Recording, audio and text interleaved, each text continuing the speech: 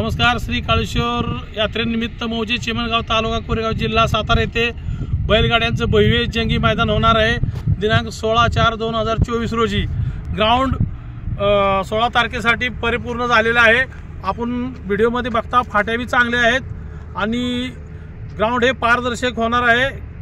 ग्राउंडचं स्वरूप अखिल भारतीय बैलगाड्या संघटनेच्या हिशोबानेच होणार आहे। प्रथम बक्षीस जे आहे हे 1 लाख रुपयाचं आहे।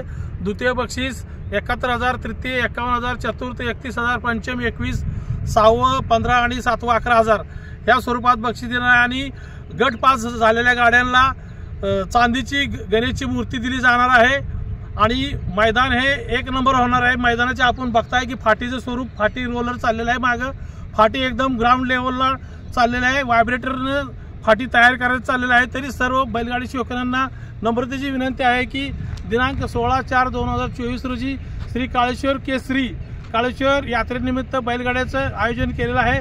तरी सर्व बैलगाडी शौकीनांनी जास्तीत जास्त संख्येने मौजे चिमणगाव तालुका कोरेगाव येथे 16/4/2024 रोजी उपस्थित राहावे ही नम्र विनंती।